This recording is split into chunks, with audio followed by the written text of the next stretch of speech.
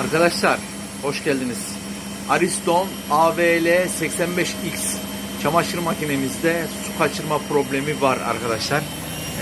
Bakın şu aşağı tarafa bu şekilde su kaçırıyor. Şimdi hadi gelin bir makinemizi açalım bakalım neresinden su geliyormuş. Üst kapağı sökebilmemiz için arka tarafında 2 tane vidası var. Onları alacağız.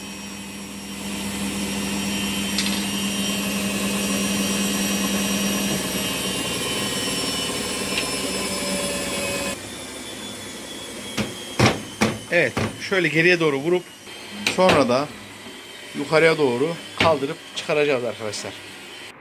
Makinenin çalıştığını ve 220 volt elektriğin tehlikeli olduğunu unutmuyoruz dostlar.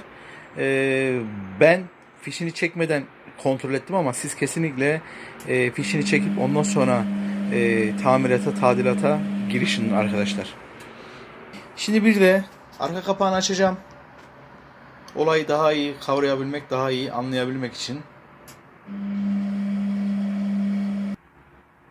Onun için de arka tarafındaki vidaları sökmem gerekiyor arkadaşlar.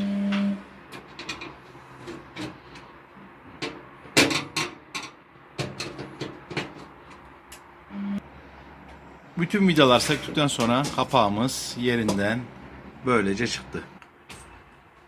Arka tarafında da buradan bir şey gözükmüyor arkadaşlar. Herhangi bir sızıntı vesaire buradan gözükmüyor. Şimdi fişini çekeceğim ve yatırıp bakacağım. Yatırmam için de bakın kazanın şuralarında kapaklar var arkadaşlar. Bu kapakları söküp kazanın sabitleme vidalarıyla vidaladıktan sonra yatıracağım ki kazanın dengesi bozulmasın diye. Şu kapakları şöyle kaldırdığımız zaman evet. Tam da şu deliklerden arkadaşlar. Bakın tam karşı kazana. Böylece 4 yerden sabitleyeceğiz arkadaşlar.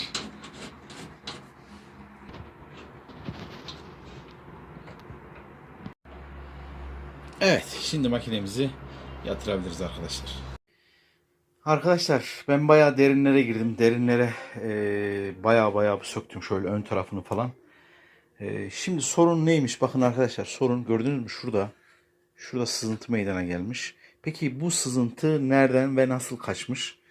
Bakın arkadaşlar bu suyun girdiği hazne tam olarak nereden kaçırmış? Bakın şuradan gelmiş. Şuradan şöyle aşağıya doğru damlamış gitmiş. Peki bu neden su akıtır? Dan önce bakın su şuradan girer. Şuradan girer. Şuradan bu deterjanın olduğu bölüme yağmurlama yaparak aşağı iner. Yağmurlamayı nereden yapar? Şu tavandaki delikten yapar. Peki bu neden kaçırır buradan? Zamanla bakın arkadaşlar ben daha önce bu başıma geldi. Buralar kireç yapar. Kireç suyu tutar ve şuradan böyle damlatır. Buradaki şu görüyorsunuz damlama hafiften de oksit yaptırmış. Peki bu sorunu nasıl çözeceğiz? Arkadaşlar bakın bu kapak şuradaki tırnakları kaldırdığımız zaman yerinden şöylece açılacaktır. Bakın şu kısımlarda kireç bağlama olayları meydana gelmiş. Şuralarda. Evet şuraları güzelce şu kireç artıklarını buralardan alacağız ve su sızdırma olayını keseceğiz. Büyük ihtimal buradan ben başka yerinde bir sıkıntı göremedim, bir sorun göremedim. Yani denemekten başka bir şeyimiz yok. Şunu halledelim. Tekrardan makineyi bir yerinde çalıştırıp bakacağım.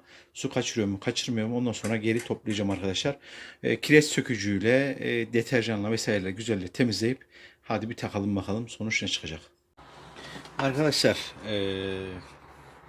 porçözle ve metal bir cisimle şuralarda oluşan bütün kireçleri çözdürdük. Şimdi gelin takıştıralım ve çalıştıralım. Test edelim bakalım su kaçağımız devam edecek mi?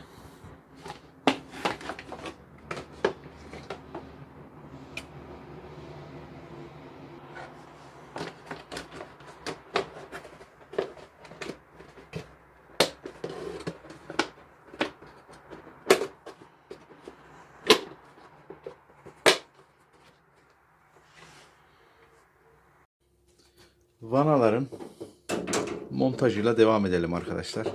Bakın şuralar, şu alt taraftaki şuralara geçiyor.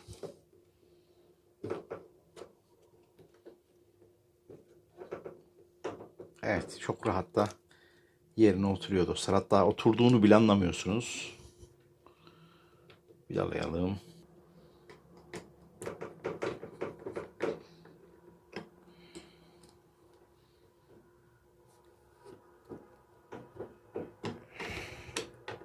Evet. Deterjan haznesinin alt tarafında malum hortumu var dostlar.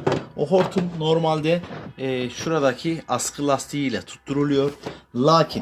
Lakin çok fazla bolarmış gibi gördüm. Plastik kelepçe de yoktu elimde. İnşaat teliyle orayı ben güzelce bağladım dostlar. Gayet de güzel oldu. Şimdi temiz su girişlerimizin olması gerektiği yere oturttum. Ön panelle deterjan haznesini yerine oturduktan sonra şurada 2 tane vidası var. Bunları tutturuyorum.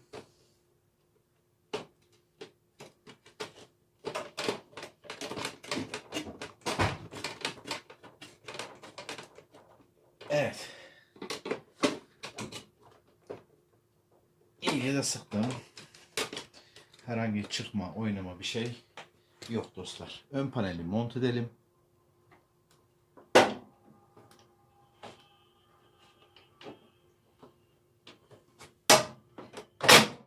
Evet. Ön panelde yerine oturdu. Arka tarafından da gösterecek olursam arkadaşlar, oturması gereken tırnaklar ve şuradaki saca geçen pinleri var dostlar. Bu şekilde oturacak. Ön panelin hem sol tarafta hem de sağ tarafta 2 tane sabitlemeci vidası var. Bunları sıktık.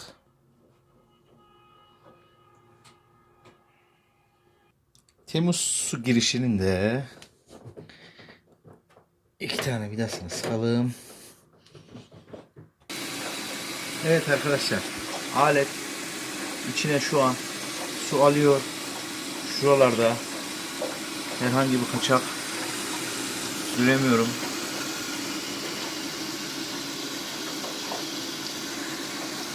Şuralarda da herhangi bir kaçak gözükmüyor. Fiş takılı. Fiş takılı, dikkat etmek lazım. Evet, kazan dönmeye başladı.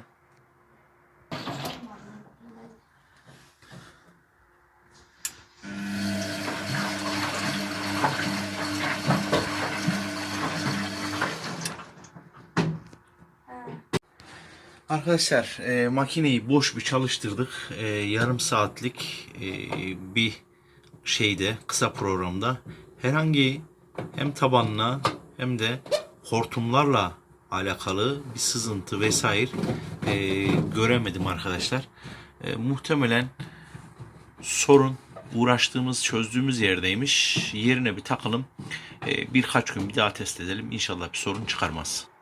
Aynı zamanda da yine şu akıttığı yerlerde ya da şuralarda falan herhangi bir kaçak, göçek, herhangi bir sıkıntı yok dostlar. Hadi kapağımızı kapatalım.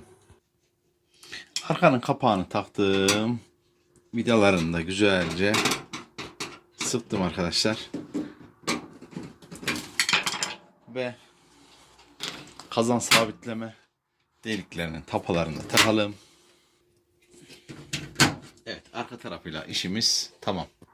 Üstünün kapağını da aynı söktüğümüz gibi takalım arkadaşlar. Ama oturması gereken yere getirdiğimiz zaman arkadan vurup şöylece vurup tam yerine bu şekilde oturtur.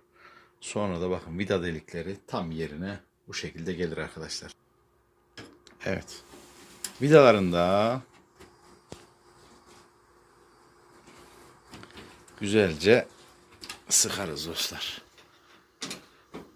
Ve makinemiz artık yerine koymaya hazır. Zeminini de şöyle sildikten sonra bir sonrakine referans olacak. Hem temizliği, hijyen açısından hem de bir sonraki su kaçırmasında falan görsel olarak bize bilgi verecek dostlar.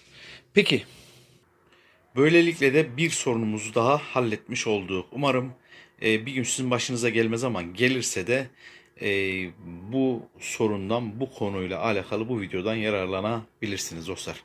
Bir sonraki videoda görüşmek ümidiyle kendinize iyi bakın. Hoşçakalın arkadaşlar.